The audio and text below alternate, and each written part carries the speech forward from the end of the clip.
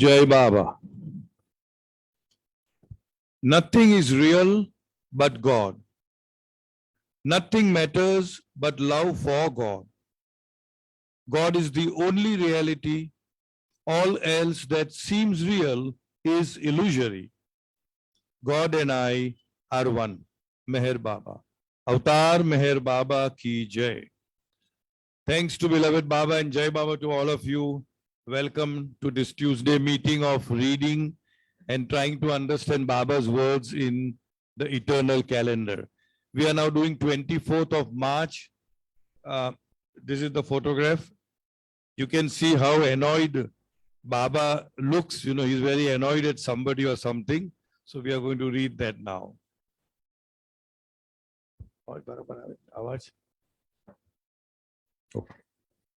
Never before have dishonesty and hypocrisy prevailed in the world as today.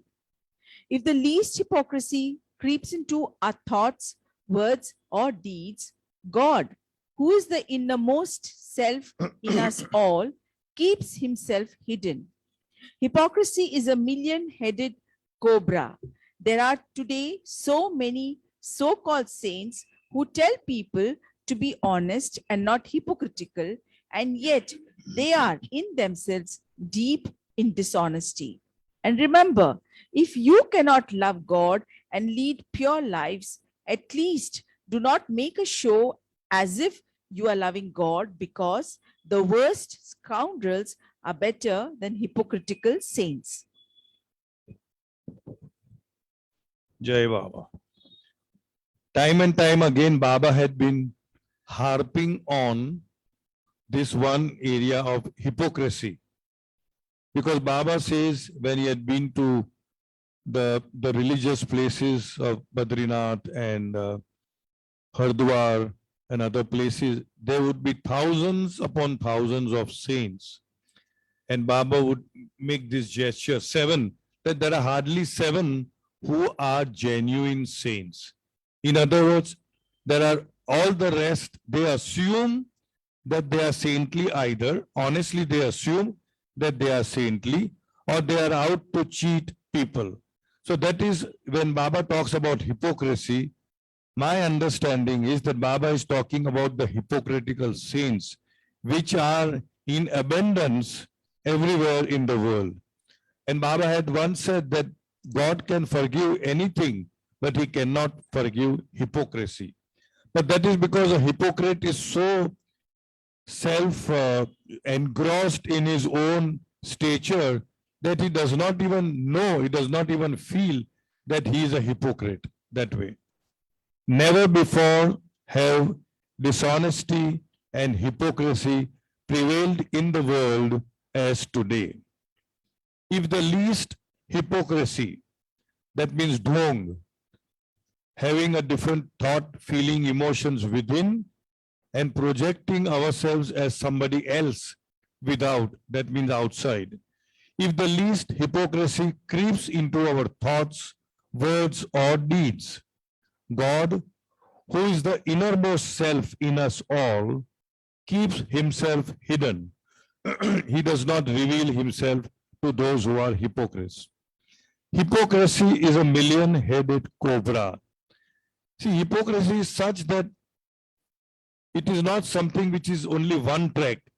The moment something like I am so meek, I am so humble, I am so kind, I am so respectful, I am so honest, all that also is a hypocrisy, because it's a million-headed cobra. That's what Baba is trying to say. There are today so many so-called saints who tell people to be honest and not hypocritical, and yet they are in themselves deep into dishonesty. So Baba wants honesty. Honesty doesn't mean just dandadari honesty, but honesty of being. That means you honestly portray what you are within, rather than making a show of who you are not. And remember, if you cannot love God and lead pure lives, at least Do not make a show. Show as if you are loving God. Again, time and time again, Baba has said, that the moment you make a show of loving God, that means you are not loving Him. At one time, Baba had said that love for God should be such that it's a burning from within and no smoke escapes. That means there should be no show, no dikhava that you are loving God. One should love God in such a natural way that you yourself do not know that you are deeply in love with God. Because the worst scoundrels are better than hypocritical saints. Baba is okay with scoundrels because they are honest. They say that, okay, I am a cheat, I am a scoundrel. But he says that hypocritical saint is one who projects himself as a lover of God, as a saintly person, but deep down he is a cheat. This reminds me of a story which Baba himself had narrated. I may have shared it.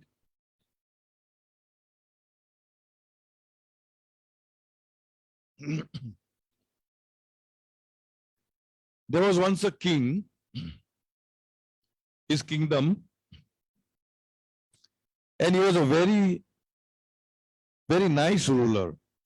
All the subjects were very happy. He was a good administrator. He was a kind person. He was doing things for his kingdom.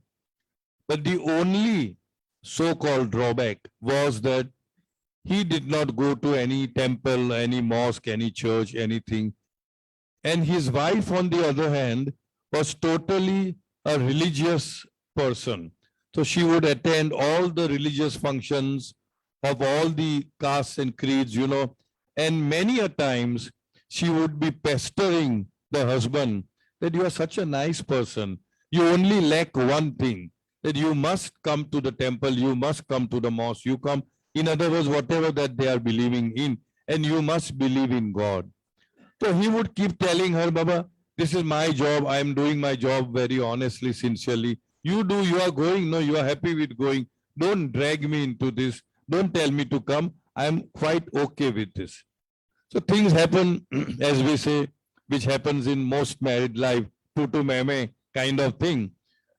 Ultimately, after quite a long period of time, the husband and wife were sleeping in the night. And in the morning, when the husband wakes up, he finds that the entire, the kingdom was jubilant. It was in a very celebrative mode, in a mood. So he was wondering, is it somebody's birthday? Is it some particular occasion, some celebration? Why is it that I find so many lights and so many festoons and gaiety happening over here? And nobody is able to answer. Everybody whom he asks, he says, कि भाई रानी ma'am साहब ने बोला कि आज का दिन एकदम हमको celebrate करना है. Okay, I mean, he doesn't know what is happening. Then he asks his own wife, okay, what is the importance of today? Why all this celebration happening? So she says, you have got no idea how pleased I am today, how happy I am today. I am at the top of the world, etc., etc. Arey batao to sahi, what happened? What has happened? Tell me what has happened. And then she narrates that last night we were sleeping together, and then when you took a karvat, we call it what is korvare. When you took a karvat, from your mouth came the name of the Lord. It could be anything. Ya Allah, ya whatever, ya Hey Bhagwan, whatever that is. And she said, I was so happy that in the depth of your sleep, when you were changing size, you uttered the name of God, and that made me so happy. On the other hand, the king is saying, did I say that?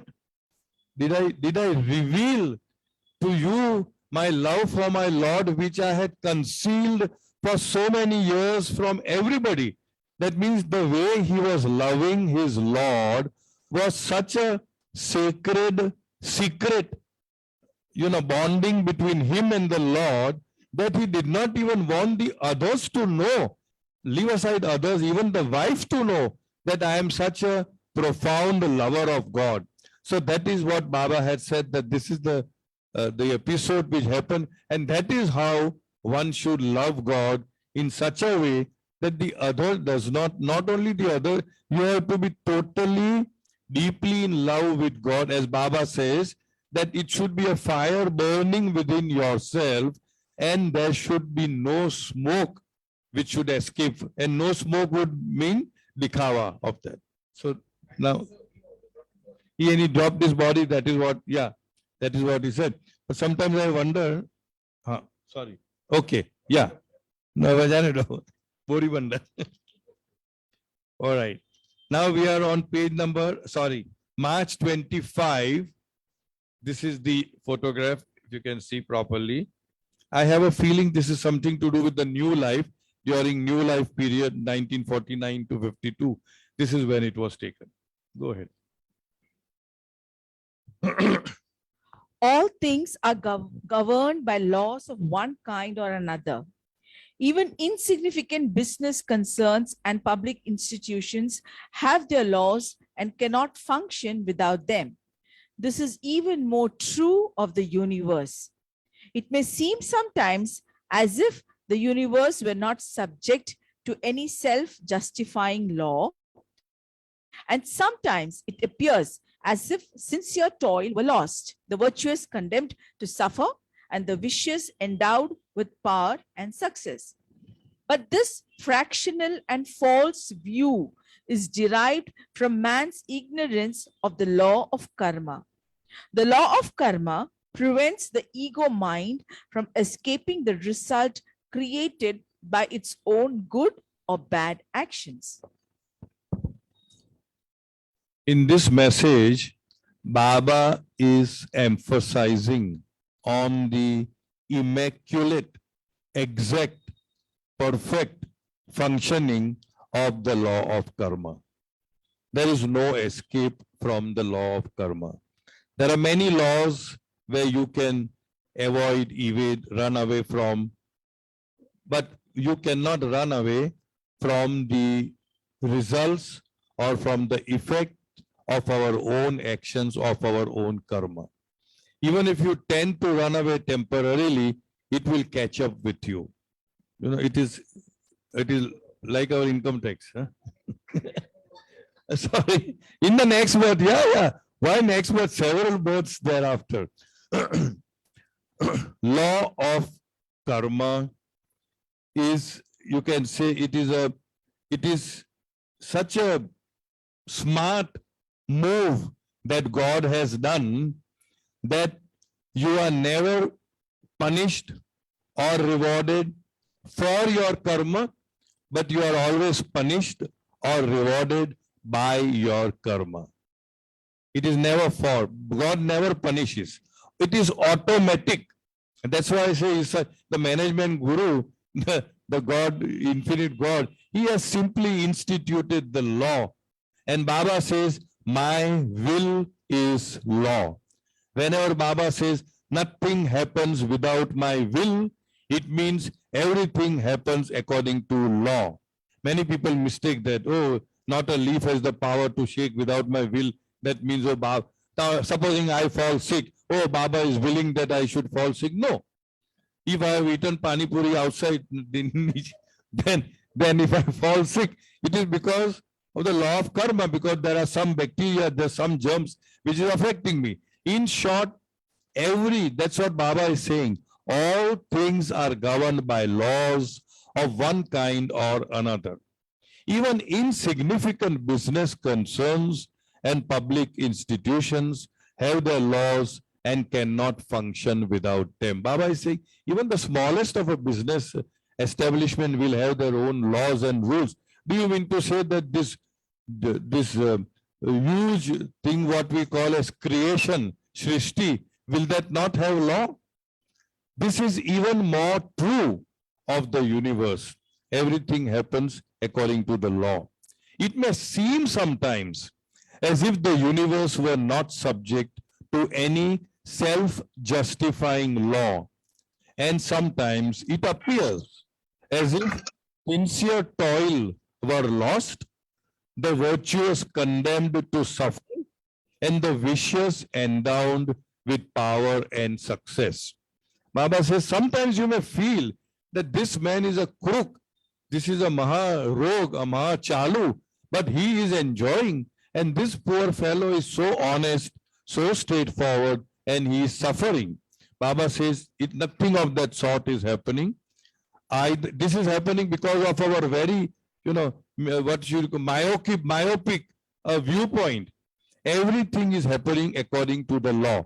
And the example that I had been giving is, let us say there is a big container, huge container, Food Corporation of India, like how big, and you are seeing that a man, several men, one after the other, gunny bags of rice, they are basmati white rice, 100 to 20 rupees a kilo. So they are Kohinoor, okay. They are carrying that sack full of rice and emptying it in that big, whatever you call it, container. Is emptying. You are seeing what you are seeing. Men are emptying rice. But when you open the tap from below, what you see, what is coming out is gaho. What is coming out is wheat. How is it that when rice is thrown inside, the wheat is coming? The normal common sense reply would be because the wheat was already there. As simple as that. Because the wheat was already there, that is why what comes out first in, first out, FIFO method in accounting we say. So because it is there, it comes out. In the same manner, if I feel that I have been absolutely honest, sincere, dedicated, blah, blah, blah in my life, but still I am going through a lot of difficulties, it only means that my karma, which requires me to face the difficulties, were already there. And that is why I am first facing that. And whatever good, apparent good that I have done now will definitely give me the fruits, bear me the harvest in my next life or maybe in this life. So what we are trying to understand from this message is that law of karma is exact, perfect, immaculate, meticulous, cannot be changed. So here Baba says, it may seem sometimes as if the universe were not subject to any self-justifying law, and sometimes it appears as if sincere toil means effort and all their mehnat, were lost. The virtuous condemned, those who are good are being condemned. They have to go to jail, they have to face gallows, they have to face so many things. They are virtuous, but they are facing that. Condemned to suffer, and the vicious endowed with power and success. This gentleman I know, Maha Chalu, Maha Rog, Maha this, but he is enjoying his life, he is getting money, he is getting success, he is getting name, he is getting fame. It simply means that he has done something in the past.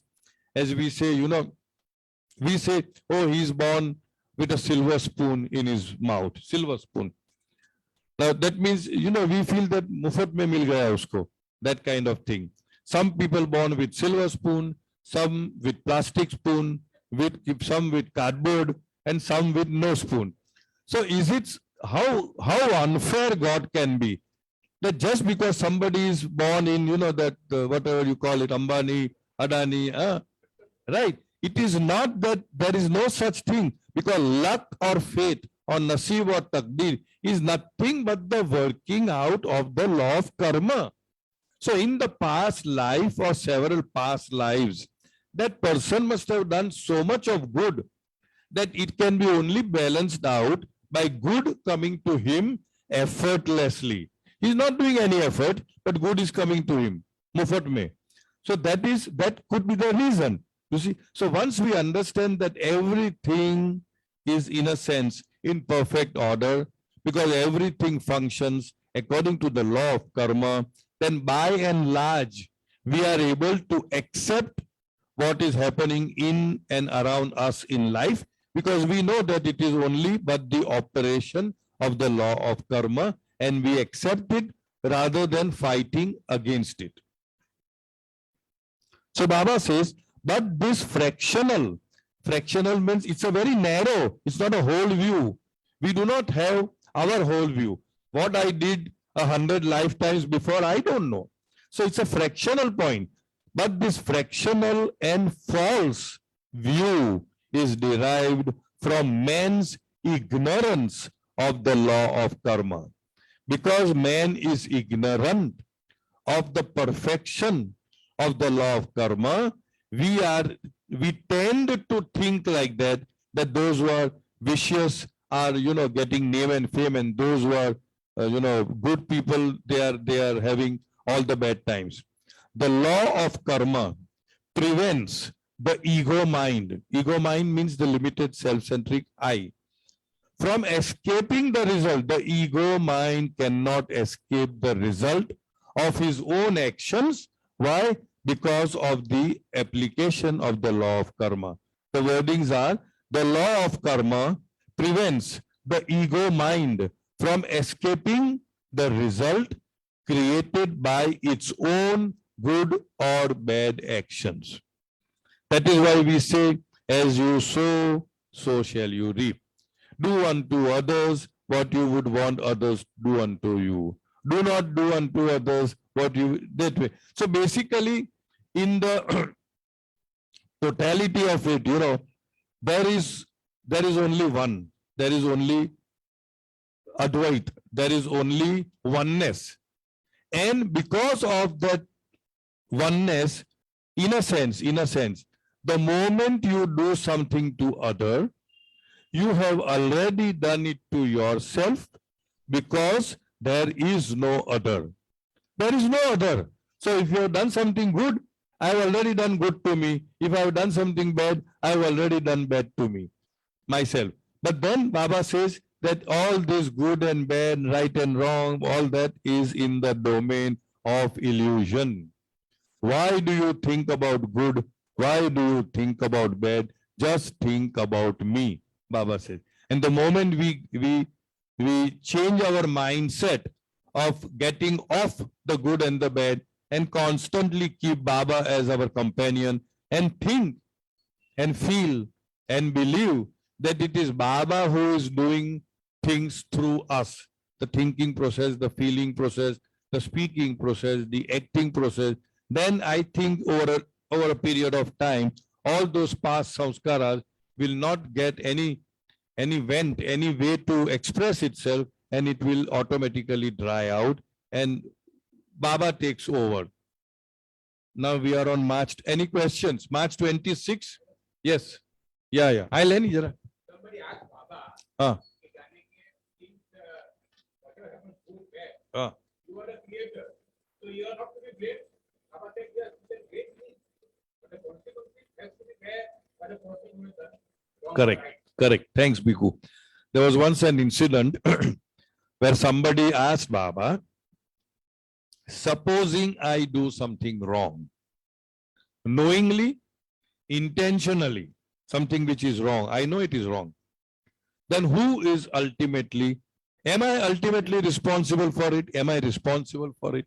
Then Baba nodded, no, you are not responsible. But you will have to bear the consequences of your action. See, Baba's Baba's statements are so smart. You can't sort of cheat him, or he's so smart. He said, okay, you are not responsible, but as long as we are in the domain of illusion, in the domain of duality, the law operates. I always say, that the domain means the arena, the area, the domain of the law of duality, the dominion of the law of duality is the domain of ignorance, or the domain of duality. In other words, what is the dominion? The dominion means it is heading. The law operates as long as you are in duality, in illusion. It's also called the law of ignorance, the law of illusion, the law of karma, the law of duality. It all means the same thing. So at various levels of spiritual advancement, various laws operate. And this is the law of duality or law of karma. We call it a law of karma or a law of cause and effect. This is what you did. This is what you have to pay for. Now we are on March 26. This is another beautiful photograph of Baba. Okay, go ahead. God does not need ceremonies and shows. He wants love. Our love should be so supreme that when our heart loves God, even our mind should not be aware of it. Tear the curtain of set ceremonies and rituals, and you will find that I am the worshipped, the worship, and the worshipper.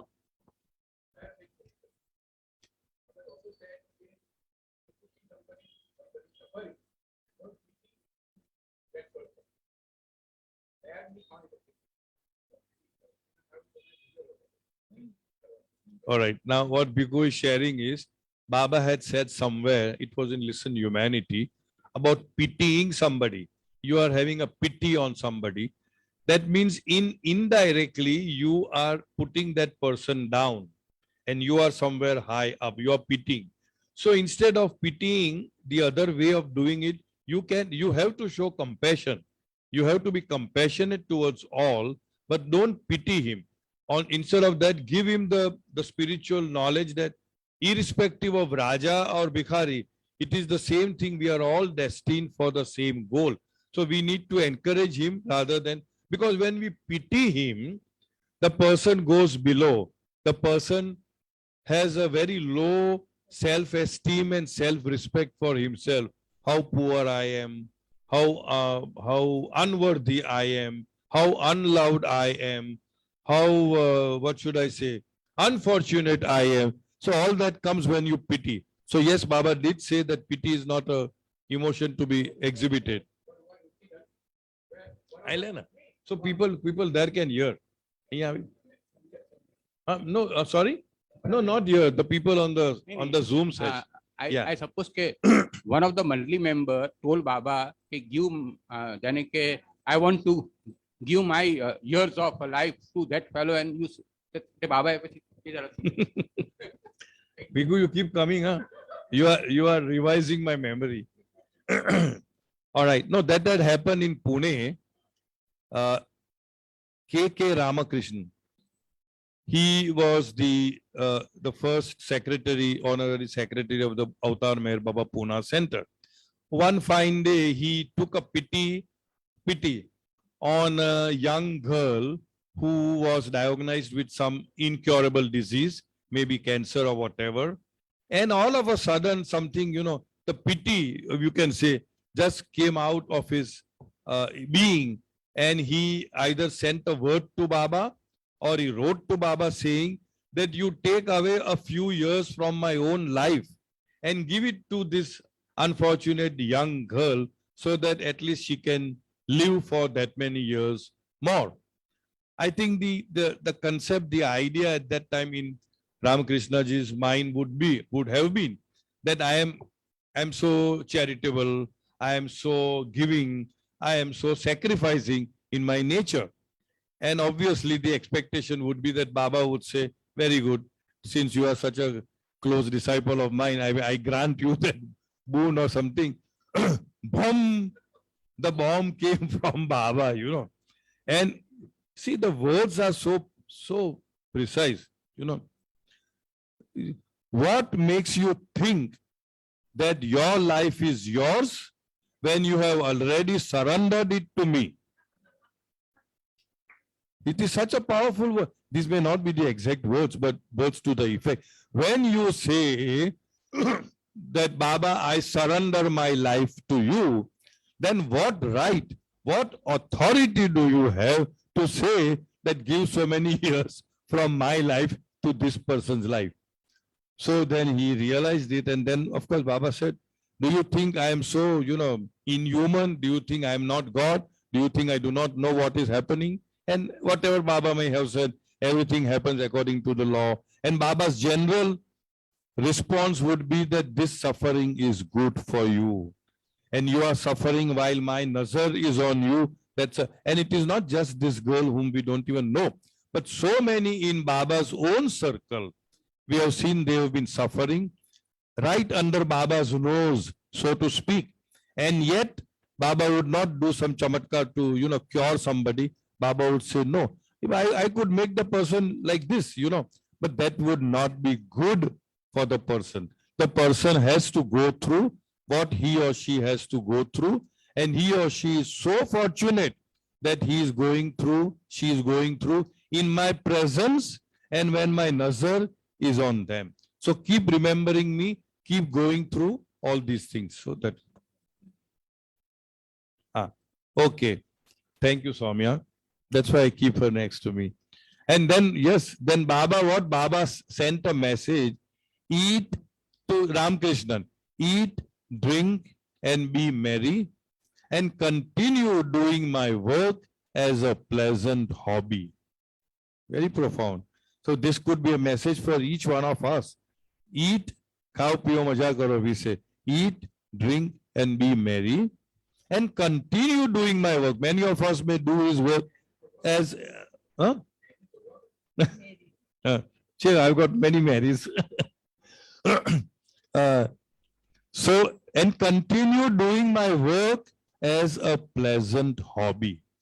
Baba's work should be done with joy, with happiness, with love. It should make us feel happy and light rather than it being a burden or, oh my God, now I have to do this, that way. Thank you, Soumya. Take the word in your stride. Yeah, correct. Now this is what? Did I show the picture? This is March 26. Again. Oh, I think you read this. Sorry. You read it. God does not need ceremonies and shows.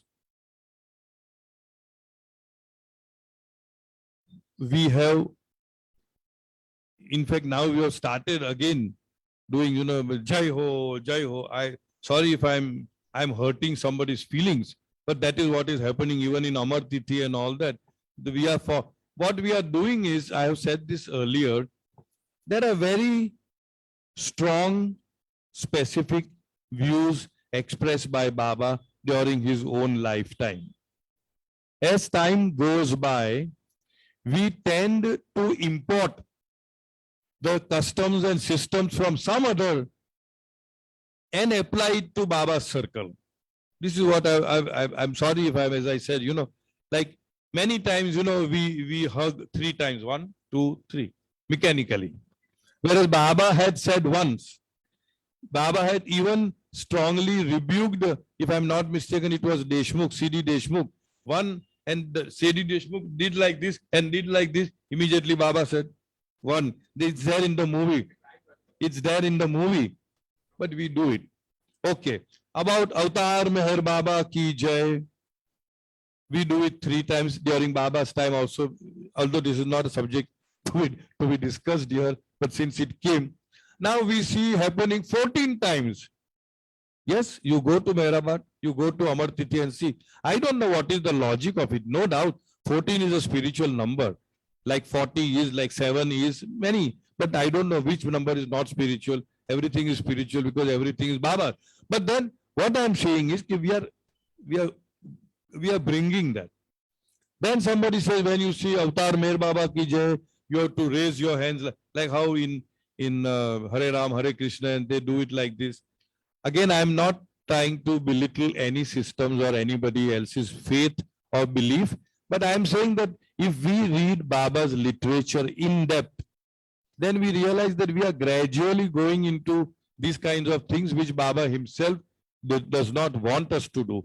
So here Baba says God does not need ceremonies and shows. He wants our love. And that love should be like the example I gave of that Raja. That love, our love should be so supreme that when our heart loves God, even our mind should not be aware of it. Like when we say, that when you give a charity with your right hand, the left hand should not know it. It should be like that. Tear the curtain of set ceremonies and rituals, and you will find that I am the worshipped, the worshipped, and the worshipper. So here the important thing is tear the curtain of set ceremonies and rituals. We are so set in some other message where Baba said that we are so set on the ceremonies and rituals that the crux of it, the kernel of it, the core of it is lost. This is how you have to sit, this is how you have to dress, this is how you have to put your tikkas, this is how you have to sway, or this is how. So we are giving importance to the externalities rather than the internal aspect. So it is very important that we understand Baba's messages at the core level. I am reminded of another episode. There was once a Raja, and some occasion was there, some big occasion in the Raja's family. So he was having his darbar, and the prayers and all that was to happen. And he had sent word out that each and every person in his kingdom should attend that prayer meeting, that ceremony. So it was all circulated, and they somehow found that there was one person who was deep in the jungle, who doesn't believe in any kinds of rites, rituals, ceremonies, nothing, a very spiritual person. And he was approached that Raja has called everybody, so you should come. So he said, no, I don't want to come. I don't want to. I said, no, you will have to come and all. Then he said, no. If I go, Raja will kill me. I said, what are you talking? You are talking nonsense. Why would Raja kill you? No, I know he will murder. He will kill me. He will give the order to kill me and all. But no, nothing of that sort will happen. You come. So he was literally, you can say, dragged, or not actually dragged, whatever. He was convinced to come. And so he came and sat, or rather stood, where all the other thousands of people were standing. And the Raja gives the order to his priest to start the ceremony. And the priest says it in such a loud voice that everybody was so impressed. And in the midst of that, what was happening, this man shouts out, "Are tera Allah to mere kadmon ke niche hai. Tera Allah to mere kadmon ke niche hai." A pin drop silence, absolute silence, And of course, this continue. Now this is nothing short of blasphemy. This is an insult to God, So immediately the Raja says that bola tha nahi, he has to be killed, So he was dragged, and whatever that was done, slaughtered, whatever it was done. But after the killing, the Raja was feeling very uncomfortable about it. Okay, why did he say such a thing? He's a very renowned saint. He's not a mad person that to say such a thing. Why is it? And then he said, okay, tell me what was his place where he was standing. So they could identify around about this area. So the Raja says, dig over here, dig. And when they dug, they found a lot of treasure. It was a sacred, whatever you call. Treasure was hidden underneath that particular place. So then he called that priest who was saying the prayers and asked the priest at the, like gunpoint, tell me honestly, what were you thinking when you were praying to Allah? What was in your mind? He says that my daughter is going to get married now. I needed a lot of money and wealth. And I thought that if I will sing those prayers, recite the prayers with such a gusto and all that, you would feel happy about it, and you will endow me with a lot of money and this and that. So what that man said was correct. Tera Allah to mere kadmon ke niche hai, means you are thinking about your God, which is money, and not the God which is Allah Ta'ala. So in other words, that is what Baba has also said, in a sense, that when you bow down to me, when you are singing, Baba has used the word empty praise of Aarti and all that, when you are singing, Baba, but if your mind is bhatking, mind is wandering here, there, aaj raat ko khane mein kya hai? After this, I have to go to Chopati, whatever that may be. So that means you are actually bowing down to that and not to Baba and not to God. So that is why Baba says, okay, now this is a different page. So tear all this curtain of set ceremonies and rituals. This is now March 27. This is March 27. This is the photograph of Baba waiting for Upasni Maharaj at Dahigaon. This was a meeting between Upasni Maharaj and Dahigaon in the year 1944, I think. Yeah, last meeting. This was in sometime in August and October. And in December, Upasni Maharaj dropped his body, 24th December. So Baba went there in waiting for the master to come, for his spiritual master to come, Upasni Maharaj. So it is at that Jhopdi in Dahigaon.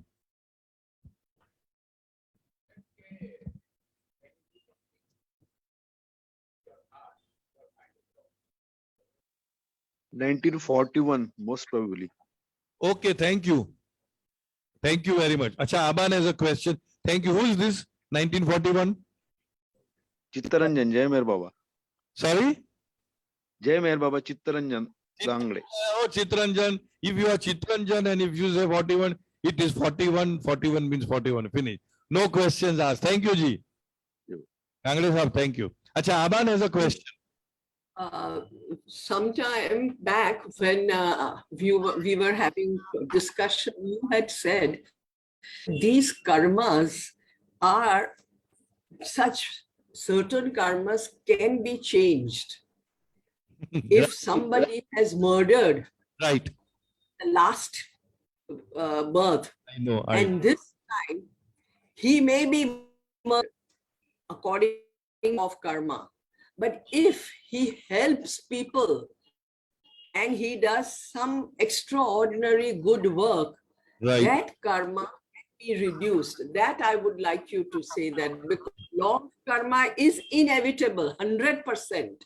But Right. in certain Okay. circumstances, there is an exception to the rule. Thank you, Aban. I got your point. It is like somebody who is, the verdict is hanged to death, then it is changed to life sentence, and then there is a, a release of the persons like that, So see, now what you are saying is a very beautiful matter. If I'm not mistaken, it is on Discourses, page 331, 331, where it says fate, F-A-T, fate, nasib takdir. Words to the effect. Fate is a result of man's own karma pursuing him from past lives. And just as it has been caused through past actions, it can be altered, modified, and even undone through actions in the present. And therefore, proper understanding and intelligent use of the law of karma can make man master of his own destiny. It means that the law of karma, although it is perfect, immaculate, there is a provision in the law of karma that if you do counter karma or opposite karma to what you have already done, it has a tendency to negate or efface out your past karma. Am I clear, Avan? What you are saying is perfectly correct. We did discuss that sometime. Yeah. Yes. So that means how intelligent, obviously, God is intelligent, but how intelligently he has contrived the entire law of karma, that you are not doomed for eternity. There is an opportunity given to you to make good of what you have done bad. In other words, if I have done something bad, this is my understanding, what could happen? How would that bad be negated? The bad karmas be negated through something bad happening to me. Correct? I did something bad to somebody, I cheated somebody else cheated me, over. Whatever. So the other way out is I have done something bad, but in this life I am doing something good in order to recompense or compensate or square out or balance out my past karma. So these are the two ways in my understanding where the karmas can be modulated and moderated and altered and even undone. So is that clear, Aman? Yes, yes. Same thing I wanted to say. Thank you. Thank you. Yes, yes, Dilshad, go ahead. Jai Baba Cyrus ji.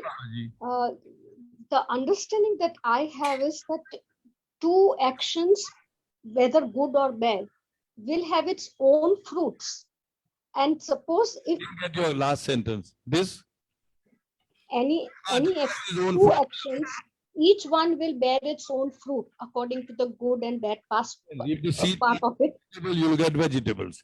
If the So I don't think any one particular sin can be equated or undone in totality in that sense, because even in sanskaras, I got it. Baba has said that it is not quantitatively, they have to be qualitatively balanced. Correct, So correct. say suppose if I've done lots of negative things in life, rape, murder, and then I do a lot of charity donations, it doesn't make minus plus. Right, right. See, what I can say is that the law of karma is so intricate that I doubt whether anybody can authoritatively say that yes, you do this plus this plus. But when Baba talked about nullifying the karma quantitatively and qualitatively, he meant that there will not be a clean slate at any given point in time, a clean slate where all the karmas quantitatively and qualitatively have been so balanced so as to give that particular soul mukti. But am I making sense? In other, Yes, of course. Yeah. in other words, if you ask me, I may not be able to really answer as to how the whole law of karmas work, because nobody knows that what is the quality of my karma, what is the quantity of my karma. And at one time, I remember that was around the 30s, 1930s, when the intelligent West had come to India, when Baba had invited them. There was a full-time discussion about the circle members and the karma. Like, for example, I am talking, how many karmas have I imbibed, or have I accumulated, or have I accumulated, or am I negating my past karma, and all that kind of thing. And Baba, as I said, he is so shrewd, so smart, maha. He said, see, if you keep on discussing like this about karmas, it will involve more and more karmas. So they stopped discussing about karma. So my personal viewpoint is that nobody can really authoritatively say whether what am I doing right now is actually a responding entry to my past karma, or is it an opening entry and making a fresh karma. I hope there is an opening entry and there's a responding entry. Continuously, I am negating my past and also maybe accumulating certain fresh ones. And there's no way in which I can know as to what I am doing. And that is why the best bet would be, as Baba says, before starting any work, think of me. While doing, think of me, and at the end of it, think of me. So when you ask a question, think it is not Dilshad asking question. It is Baba asking question to Baba in Cyrus, and both hand Baba to Baba knock off ho gaya. That way, what we call as, what is it called? Balancing out, negate it, balance it out. An accounting principle. No. It's, anyway. No. Tally, entry. Matching. Anyway, jane do. tally ho gaya. Entry. Contra entry. Okay. Rakesh has a question. Cyrus ji, my question part 2 is there a defining difference between karma and sanskaras? I would say no. Thank you. Karma I would say no. Huh. Because the karma is actions, and karma is also the result of action. The result of action, we call it samskaras. Got me? So in Baba's theory, there is no as such a difference between sanskaras and karma. That I know of. No. Thank you very much. Thank you. Karma, because in certain literature, the karma is not just action, but the result of it. Unke karma itne bure hai. That means the samskaras are so bad or good or whatever that may be. So in my understanding, there is no real difference as such. Thank you so much, Cyrus. Thank you. Yes, Rakesh ji, come in. Jai Baba, just continuing with this, the thought of, when you're acting with the intention that you want to negate the negative karma with your positive actions, probably the intention of doing the action should be inviting his grace and not what it will do to your karma, whether it will negate or not. Probably that will only complicate the whole thing. Exactly. That's exactly why I said that my take on all this is, why get into all these things? Just think it is Baba who is doing through me. That way. And for all of us, it is Baba. Any work you start, because Baba himself said, before beginning any work, think that it is, think, when Baba says think, it doesn't mean just superfluously think. Think, feel, believe, have faith, behave in such a manner that it is Baba who is doing through you. And after having done the work, be unconcerned about the result, offer it to Baba and forget about the whole thing. Don't worry, don't be anxious about what the results would be. And in my understanding, if one cultivates a practice of doing that ongoingly, then perhaps, we may be able to really diminish a lot of our load of karma, and gradually Baba is enthroned in our heart, and it is Baba who is doing things through us. Then we are not bothered about whether the karma has got good result, bad result, anything. We are not bothered. It is Baba's business. This is how I would prefer that we do that. Yeah.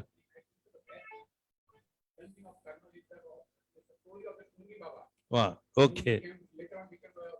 But that is because, okay, Anguli Maharaj karke, okay.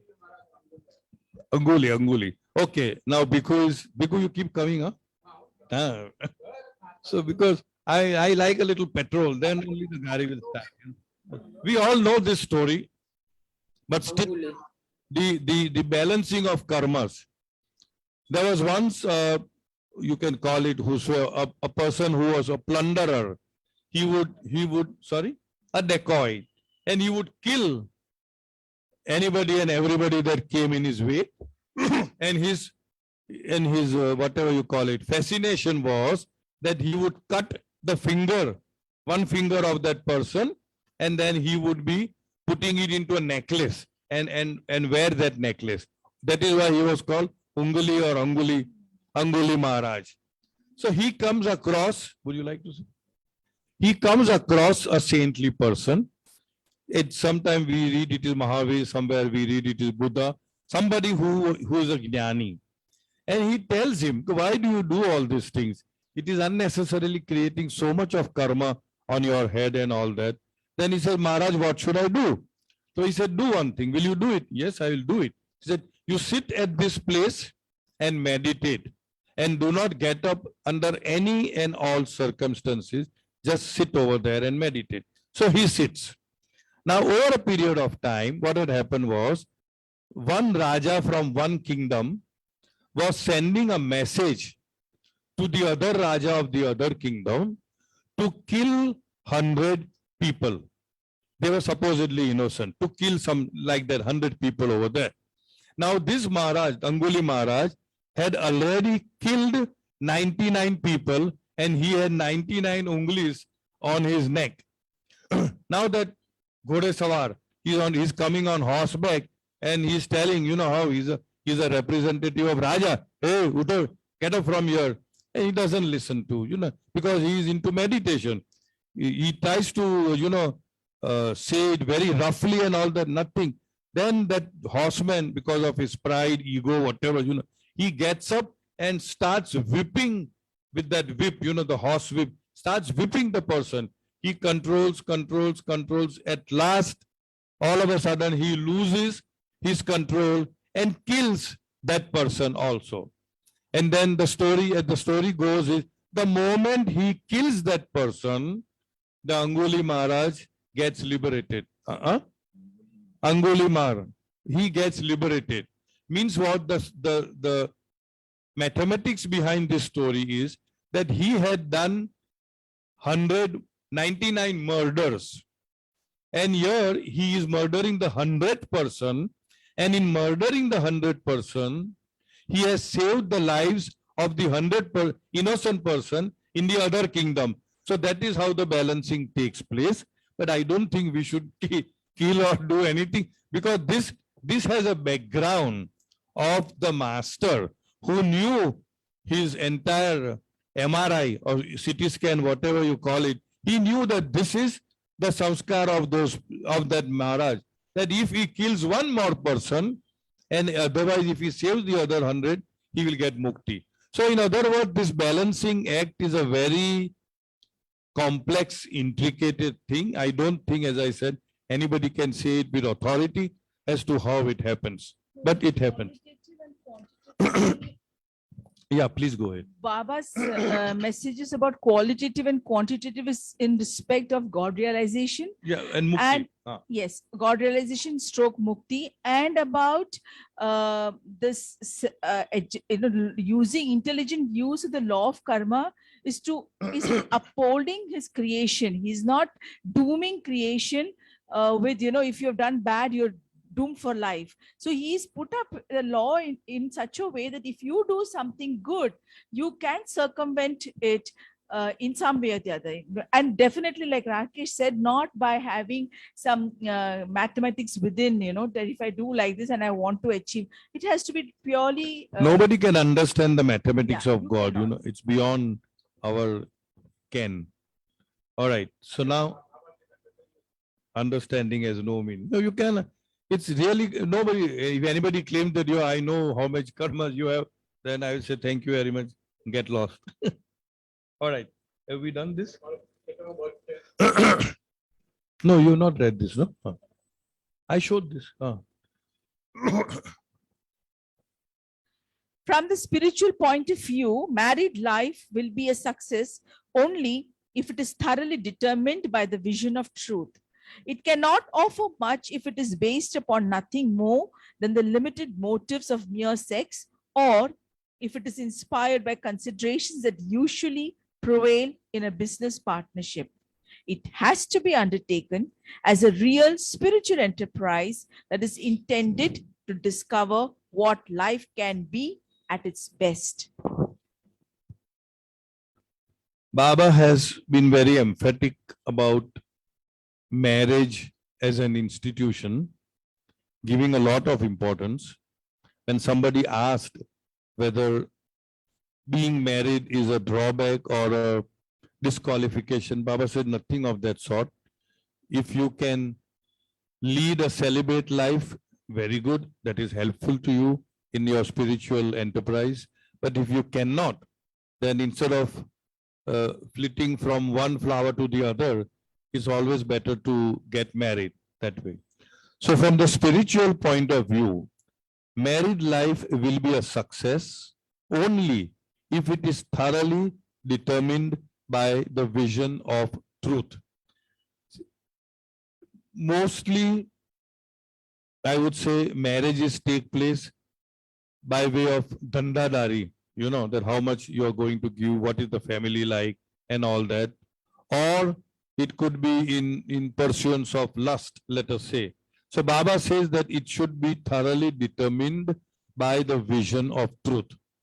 It cannot offer much if it is based upon nothing more than the limited motives of mere sex, or if it is inspired by considerations that usually prevail in a business partnership. Many times, it is like, how much gold will you give? What else will you give? What not? Okay, no, then marriage is cancelled. That means the whole idea of marriage is that the two souls should come together and make it into a spiritual enterprise, make it into a discovery as to how we can move together towards the goal, towards the truth. Sorry. It cannot offer much if it is based upon nothing more than the limited motives of mere sex, or if it is inspired by consideration that usually prevail in a business partnership. It has to be undertaken as a real spiritual enterprise that is intended to discover what life can be at its best. In other words, there are lots of advantages of many people have this what we call today a live-in kind of a arrangement or something like that. And they are very happy about it. It is so nice that okay, if they don't get along well after 1 year, 2 years, you say tata bye bye. Well, from a purely materialistic standpoint, I would say maybe that's okay. But the point is, in marriage, we need to undergo a lot of things which we do not normally undergo. Something like tolerance. Love, of course, is there, has to be the basic platform. Tolerance, forgiveness, adjustment.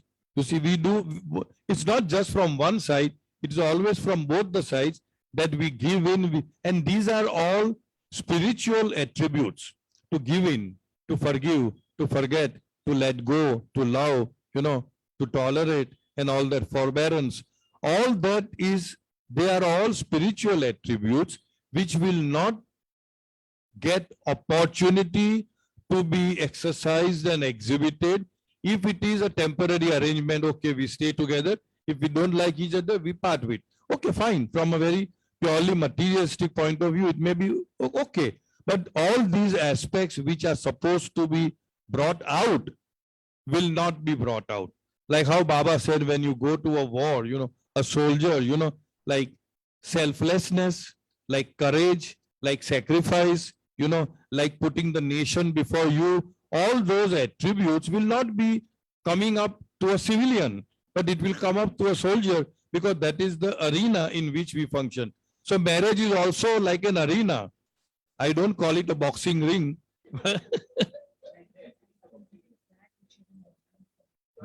That is in book. No. Oh, Soumya wants to say. You do know. I have not read that. That is in My Dear Workers. Anyway, I think we've already touched our. Sorry? Yeah. Go ahead. I think so. With same Ashram boys, Baba and somebody asked me, can I get married? And Baba said, get married. You get 7 into 7 times. For more words. Bhikkhu is not going to leave me today. Good. Once Baba, we all know he had the Babajan school, and then Meher Ashram, and then Prem Ashram, where selected boys were selected. And Baba was giving a discourse on purity and celibacy and stuff like that. And then all of a sudden some newcomer comes, and asks Baba that about marriage. He wanted to get married and all that. And Baba was so displeased in a sense. Baba had never discouraged marriage, but because the scenario was such, the whole setup was such, that Baba was talking about celibacy and all that, and this man comes and talks about marriage. So Baba very harshly said, no, marriage is the worst thing. If you marry, then as you rightly said, seven lives into 7 into 7, and you will have to suffer so much and all that. And that had come in the WhatsApp, and I got a lot of calls also.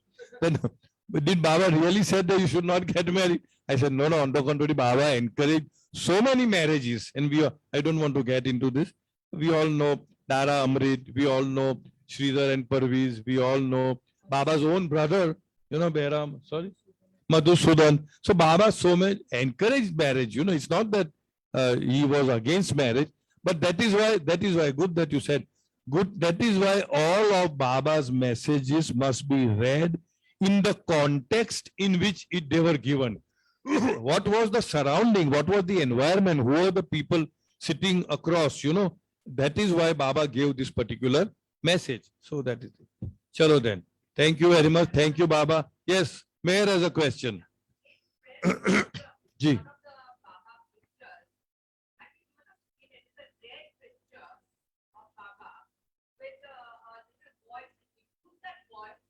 Ali. That small boy's name was Ali, and Baba liked him very much. Mayor is asking, there's in Prem Ashram, there is a film, there is a picture of Baba sitting with a boy, which is putting his head on Baba's lap. So that was Ali. Ali was even taken abroad and all that. And Baba had, in a sense, pampered Ali for whatever his spiritual reason. Okay, thanks. Thank you, Baba. Thanks to all of you. Avatar Meher Baba ki Jai. Thank you. Jai Baba. Jai Baba. Jai Meher Baba, Jai Meher Baba, Jai Meher Baba.